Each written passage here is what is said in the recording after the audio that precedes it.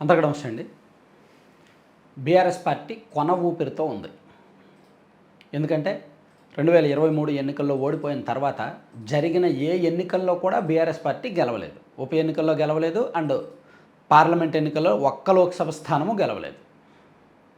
దాంతో ఆ పార్టీ కొన ఊపిరిలో ఉందనే చెప్పుకోవచ్చు. ఆ పార్టీ కంచుకోట లాంటి జూబ్లీ హిల్స్ కంటోన్మెంట్ లాంటి నియోజకవర్గాలను కూడా ఉప ఎన్నికల్లో ఓడిపోవడం ఒక పెద్ద దెబ్బ.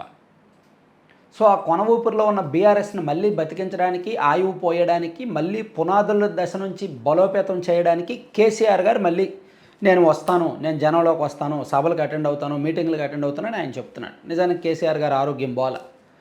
గతంతో పోలిస్తే ఆయన మోహంలోనూ అండ్ ఆయన కదలికల్లోనూ తేడాలు తెలుస్తున్నాయి. కానీ కేసీఆర్ గారు ఉంటేనే ఆ పార్టీకి వెన్నెముక, ఆ పార్టీ కేడర్లో జోష్ ఉంటుంది, నాయకత్వం యాక్టివ్గా పనిచేస్తారు.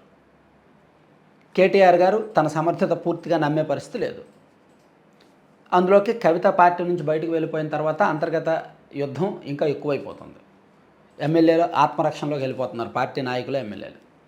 సో బీఆర్ఎస్ పార్టీకి కొన ఊపిరి ఎంతవరకు ఉపయోగపడుద్ది అని చెప్పుకునే దానికంటే ముందు పార్టీ ఎక్కడ మారాలి, అసలు పార్టీ చేసిన తప్పులేంటి, కేసీఆర్ గారు మొదటి నుంచి చేసిన తప్పులేంటి అనేది మనం ఒకసారి సింపుల్గా డిస్కస్ చేస్తే, ఫస్ట్ తప్పు ఆ పార్టీలో కేసీఆర్ గారు లేదా కేటీఆర్ గారి నియంతృత్వం అండ్ అహంకార భావం. నియంతృత్వం అంటారు కదా, అది ఒకటి ఉంటుంది అండ్ అహంకార భావం విపరీతంగా ఉంటుంది అనమాట.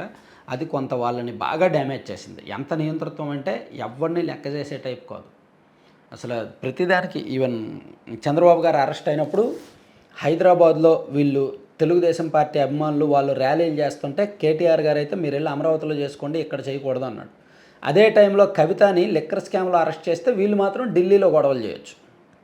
సో అట్లా ఆయన కళ్ళు నెత్తికెక్కి అధికార మతంతో మాట్లాడిన మాటలు చాలామందికి బాగా గుర్తున్నాయి.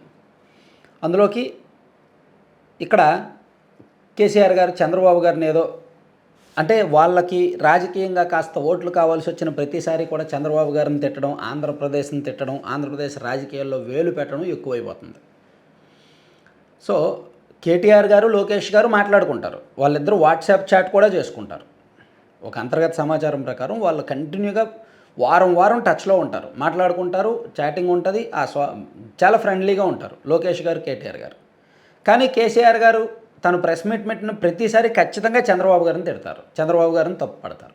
దానికి కారణం ఏంటంటే 2002కు ముందు అప్పట్లో కేసీఆర్ గారిని మంత్రి పదవి నుంచి తొలగించిన తర్వాత ఆయనకు మంత్రి పదవి ఇవ్వాల. ఆ కోపంతోనే కేసీఆర్ పార్టీ పెట్టాడు. సో ఆ కోపం ఇప్పటికీ చంద్రబాబు గారి మీద కేసీఆర్ గారిలో ఉంది. అసలు చంద్రబాబు గారి మీద కసి కోపంతోనే ఆయన పార్టీ పెట్టాడు. సో చంద్రబాబు గారిని రాజకీయ పతనం చేస్తాను, నాకు మంత్రి పదవి ఇవ్వలేదనే కోపంతోనే ఆయన అప్పటి నుంచి రాజకీయం చేస్తున్నాడు. అది మర్చిపోయి రాజకీయ అవసరం కోసం 2009లో టీడీపీతో పొత్తు పెట్టుకున్నప్పటికీ దానివల్ల లాభాల కంటే నష్టాలే ఎక్కువ వచ్చాయి రెండు పార్టీలకి కూడా. సో అప్పటి నుంచి శత్రువుగానే ఉన్నారులే ఇద్దరు. సో ఇప్పుడు అసందర్భంగా అనవసరంగా చంద్రబాబు గారిని తిట్టడం, చంద్రబాబు గారిని విమర్శించడం, టార్గెట్ చేయడం బీఆర్ఎస్ పార్టీకి అవసరం లేదు. ఓట్లు పడవు ఇలా చేస్తే. వైజాగ్లో జరిగిన పార్ట్నర్షిప్ సమ్మిట్ గురించి ఆయనకేం పని? అక్కడ వంట మనుషులు వచ్చి ఒప్పందాలు చేసుకున్నారు, ఆయన ఏమైనా చూశాడు వంట మనుషులు, లేదా ఆయన ఏమైనా పంపించాడా మీరు వెళ్ళి ఒప్పందాలు చేసుకోండి అని? సో అంటే ఆయన ఏదో రాజకీయంగా మాట్లాడాలి, ఆ మాటలు వైసీపీ వాళ్ళు బాగా వైరల్ చేసుకోవాలి, వైసీపీకి ఉపయోగపడేలా ఉండాలి, తన మిత్రుడికి ఉపయోగపడేలా ఉండాలనే భావజాలంతో మాట్లాడారు. సో అవన్నిటికీ మించి మెయిన్ ఏంటంటే వీళ్ళు ఎంత అధికారంలో ఉన్నప్పుడు ప్రదర్శించిన కొన్ని అహంకారాలు, కొన్ని కళ్ళు నెత్తికెక్కిన పనులు. ఉదాహరణకు జాతీయ పార్టీ చేయడం. అసలు టీఆర్ఎస్ అనే పార్టీ పుట్టిందే ఉపప్రాంతీయవాదం. ఇలా ఉపప్రాంతీయవాదంతో ఒకే భాషగా ఉన్న అన్నదమ్ముల్లా ఉన్న రాష్ట్రాన్ని విడదీసి మాకు సెపరేట్ రాష్ట్రం కావాలి అని డిమాండ్ చేసిన వాళ్ళు, మేము నేషనల్ పార్టీ, మాది జాతీయ పార్టీ, మాకు దేశ సమగ్రత కావాలి, దేశ ఐక్యత కావాలి అని చెప్పి దేశకీ నేత అని ఫ్లెక్సీలు కట్టించుకోవడం, ఢిల్లీలో హడావిడి చేయడం వాళ్ళ నియంతృత్వానికి, వాళ్ళ అహంకార భావానికి, వాళ్ళ అతి తెలివికి, వాళ్ళు గాలిలో మేడలు కెట్టిన అప్పుడు చేసిన దానికి ఒక ఉదాహరణ అనమాట. సో అంటే రియాలిటీని కోల్పోయి ఇది నేల విడిచి స్వామి చేయడం అంటారు కదా, ఆ టైప్ చేశారు. సో దాని నుంచి ఇంకా దిగట్లేదేమో మేబీ. ఒకటి చంద్రబాబు గారిలో విపరీతంగా వ్యక్తిగతంగా అంతగా పెట్టుకోవాల్సిన అవసరం లేదు కేసీఆర్ గారు, కానీ స్టిల్ ఇప్పటికీ ఆయనలో ఉంది కాబట్టి ఆయన మారలేదు, ఓడినా ఇంతే, సో ఇంకోసారి ఓడించాలి ఇన్ని అనేటట్టు కొంతమంది వెళ్ళారు. And at the same time ఇంకా ఆ మదం తగ్గకపోవడం అండ్ పార్టీని చక్కదిద్దుకోకపోవడం, అసలు కవిత గారు ఎందుకు పార్టీ నుంచి బయటికి వెళ్ళిపోయారు, ఎందుకు ఆమె బీఆర్ఎస్ పార్టీని టార్గెట్ చేస్తున్నారు అనేది చూడాలి. సో మేబీ ఇదంతా తెర వెనుక బీజేపీ వ్యూహం ఉంటే ఉండొచ్చు. భవిష్యత్తులో బీఆర్ఎస్ని బీజేపీ పొత్తు పెట్టుకోవడానికి, అలా పొత్తు పెట్టుకోవాలంటే బీఆర్ఎస్ పార్టీ బలహీనపడాలి. అలా బలహీనపడాలంటే కవిత బయటకు వచ్చి ఆ పార్టీని టార్గెట్ చేయాలి, ఆ పార్టీలో అంతర్గతంగా టార్గెట్ చేస్తే బాగుంటుందని మేబీ బీజేపీ వ్యూహం కావచ్చు. కానీ ఓవరాల్గా కేసీఆర్ గారు ఒక రకంగా ఆయన ఇప్పటికీ కూడా అదే మాటల్లో అదే జోష్ ఉంది, అదే వ్యక్తిత్వం, ఆ స్కిల్స్ అన్నీ అలాగే ఉన్నాయి కాబట్టి దాన్ని అక్కడ ప్రభుత్వ వ్యతిరేకత కోసమో లేదంటే అక్కడ ప్రజల్ని చైతన్యవంతులు చేయడానికో వాడితే బాగుంటుంది తప్ప ఆంధ్రప్రదేశ్ మీద ఏడవడానికి, స్టిల్ ఇప్పటికీ సెటిలర్స్ని రెచ్చగొట్టడానికో సెటిలర్స్ని మీద ఏడవడానికో లేదా టీడీపీని టార్గెట్ చేయడానికో చంద్రబాబు గారిని టార్గెట్ చేయడానికో ఉపయోగిస్తే మాత్రం దేనికి పనికిరాదన్నమాట. Thank you.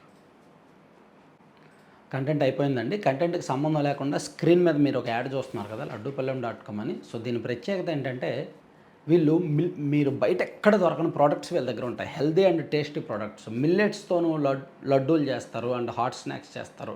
డ్రై ఫ్రూట్స్తోనూ నట్స్తోనూ సీడ్స్తోనూ లడ్డూలు చేస్తారనమాట. సో ఇవి బాగా సేల్ అవుతున్నాయి. 95% అబోవ్ పాజిటివ్ రివ్యూస్ వస్తున్నాయి. మ్యాక్సిమం మళ్ళీ కొంటున్నారు. రిపీట్ ఆర్డర్స్ వస్తున్నాయి. హెల్దీ అండ్ టేస్టీగా ఉన్నాయని. అండ్ అన్నిటికీ మించి వీళ్ళు తయారు చేసే powders, ABC powder, apple beetroot carrot powder కావచ్చు, ఆమ్లా బీట్రూట్ క్యారెట్ పౌడర్ కావచ్చు, మునగాకు పొడి, జామాకు పొడి, protein powder, dry dates powder, ఇలా భిన్నమైన పౌడర్స్ ఉన్నాయన్నమాట. సో అవన్నీ కూడా మంచి రిజల్ట్స్ ఇస్తున్నాయి. సో మీకు కూడా కావాలి అంటే వీరు అంటే కొత్తగా పెట్టారు కాబట్టి లో మార్జిన్కి మంచి ఆఫర్లలో ఇస్తున్నారు. అండ్ 2 తెలుగు రాష్ట్రాల్లో ఫ్రీ డెలివరీ. మీరు ఎక్కడి నుంచి 2 తెలుగు రాష్ట్రాలకు డెలివరీ చేయమన్నా కంప్లీట్ ఫ్రీ డెలివరీ ఉంటుంది. ఆఫర్లు బాగున్నాయి. వీలైతే బుక్ చేయండి. laddupallaem.com సైట్ విజిట్ చేయండి. లేదా 9997839994 నెంబర్కు వాట్సాప్లో మెసేజ్ చేసి చేయొచ్చు. మీకు నేరుగా చూసే కొంటాము అనుకుంటే నరసరావుపేటలో ఒక స్టోర్ ఉంది. పల్నాడు జిల్లా నరసరావుపేటలో ఆ రైల్వే స్టేషన్కి వెళ్ళే దారిలో కొత్తగా ఒక స్టోర్ పెట్టారనమాట. సో అక్కడికి వెళ్ళి చూడొచ్చు.